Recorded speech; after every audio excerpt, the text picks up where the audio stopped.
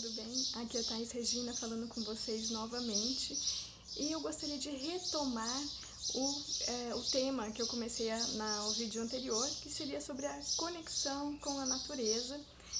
E eu estava falando sobre a importância, né, que isso traz muitos benefícios, mas que benefícios são esses?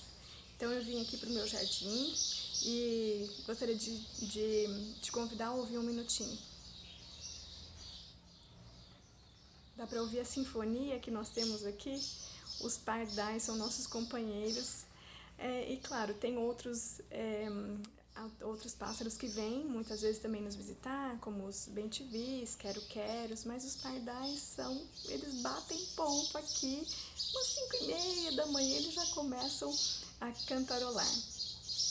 E além disso, nós temos aqui atrás, olha, uma diversidade de plantas, com formas, com cores variadas, apesar que parece numa massa que é tudo verde, mas aqui atrás é uma que ela é chamada variegata, né, que tem uma variedade de tons de verde na mesma folha, tem formas diferentes, olha, né, formatos e tamanhos diversos.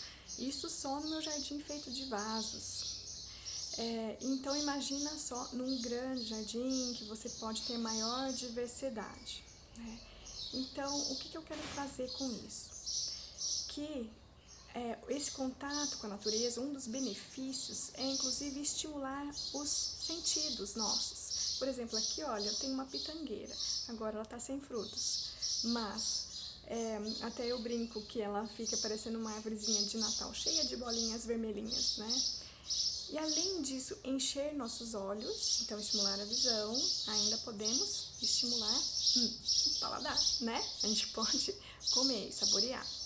Nós temos diversos sons na natureza, então estimula também a audição, pode estimular o tato, a gente pode tocar nas plantas, nos animais, na terra, na água. Então, quando a gente fala o contato com a natureza, a gente pensa nessa diversidade de elementos todos que tem, né? Então, os minerais, vegetais, animais, tudo isso faz parte da natureza e é o que deve estar presente também na escola. Inclusive, se você procurar, você vai encontrar, por exemplo, jardins sensoriais, que você fornece à criança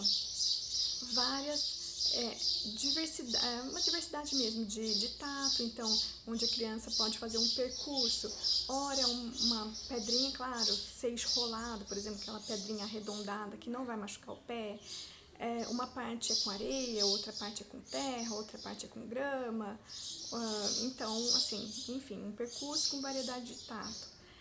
Uma parte com água pode ter também, né? E o fato da criança também ter um espaço para cultivo, então, por exemplo, uma horta, um pomar, né? A criança, além de se conectar com a natureza, aprendendo a lidar com ela, a cuidar, ter esse contato com a terra, né? Com o trabalho, então isso é muito legal também, para estimular inclusive o respeito por aqueles que trabalham com a terra, honrar esse trabalho tão nobre. Além disso, a criança ainda vai comer aquilo que ela produziu. E isso ajuda inclusive na nutrição. Você já refletiu sobre isso? É muito interessante. Eu me lembro quando meus irmãos eram pequenos, crianças, que eu sempre brinco que eu fui adiantada e nasci 11 anos antes.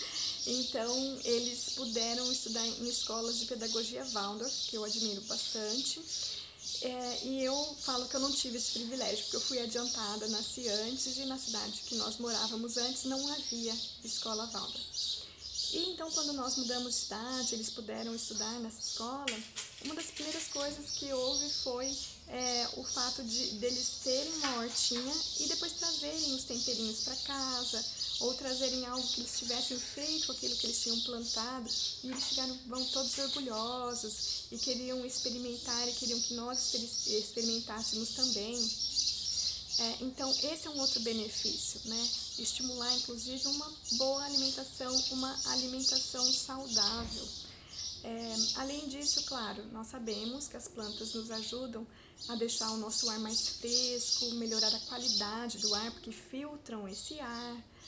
Então, assim, nossa, dá para ficar assim muito tempo conversando a esse respeito, mas eu quis trazer esses pequenos pontos, esses pontos mais breves aqui, para estimular essa conversa, né? E trazer os benefícios, que não adianta nada. Falando, gente, tem muito benefício. Ó, gatinha aqui passando, ela que tá fazendo bagunça, tá? Brincando com as folhas secas.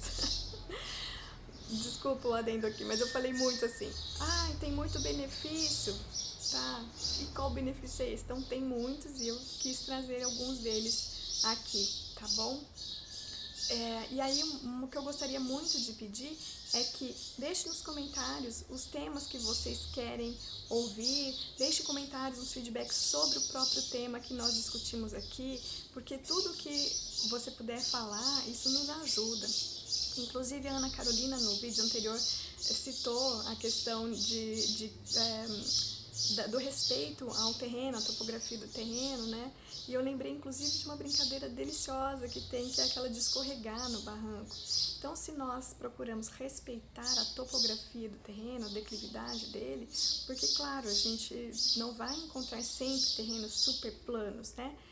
A gente vai encontrar, muitas vezes, terrenos com uma caída, né, que a gente fala, uma declividade mais acentuada, outros menos, mas se a gente procura respeitar, isso é bom para a própria topografia, é bom economicamente, que você não gasta demais para fazer, né, o trabalho com o terreno, corte, aterro, e ainda, então existem, claro, né, sistemas construtivos que permitem isso, resoluções arquitetônicas que permitem que a gente tenha esse respeito pela topografia, ou interfira o mínimo possível, que isso para a natureza também é bem positivo, ainda a gente consegue eventualmente fazer uns barrancos para as crianças escorregarem no recreio. Imagina que delícia! Eu, como professora, também ia querer levar um papelão e escorregar junto. Bom, então é isso. Os seus comentários realmente trazem bastante enriquecimento para a nossa discussão, tá? Trazer novos temas, inclusive Magali, olha, não esqueci não, tá bom? O próximo tema a gente vai conversar sobre as cores nas escolas também, que é bastante interessante, que juntamente com a vegetação ajuda na parte estética, né? Então, inclusive, a vegetação, segundo a professora Doris Kowaltowski, é um dos 4 elementos que trazem a humanização para a edificação. E quando a gente está num ambiente humanizado, a nossa tendência é nos sentirmos mais confortáveis. Imagina então a criança, né? Que o primeiro ambiente social dela é a escola. Então, o quanto mais humanizado, melhor para a criança se adaptar, para ela se sentir bem na escola, se sentir disponível para o aprendizado. Né? Então, de fato, olha, tem muitas vantagens, muitos benefícios termos a vegetação.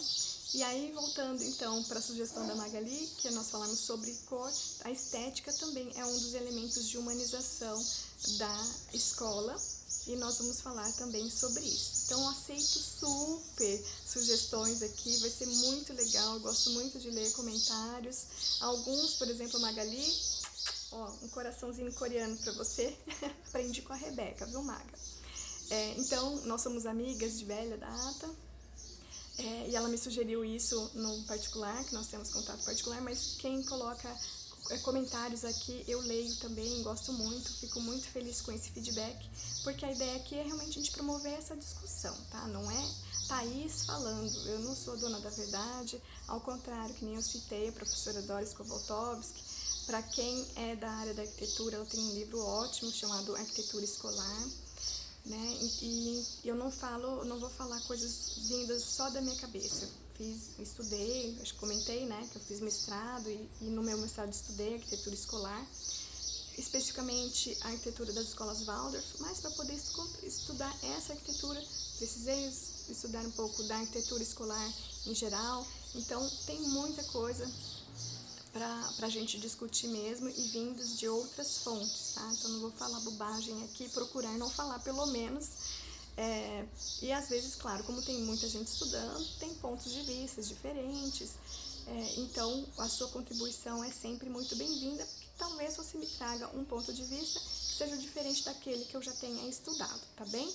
E claro, como eu sempre falo, aqui não é só para falarmos com arquitetos, engenheiros ou projetistas em geral, mas com todos aqueles que gostam da educação, que se importam e que trabalham com isso, e que tem o outro lado, né, o lado da prática na escola e que pode nos trazer muitas sugestões também, tá bom? Então aguarde seus comentários e também aguarde seu like, seu compartilhamento, enfim, se inscreve no canal se está gostando dos vídeos e a gente se encontra na próxima. Até mais!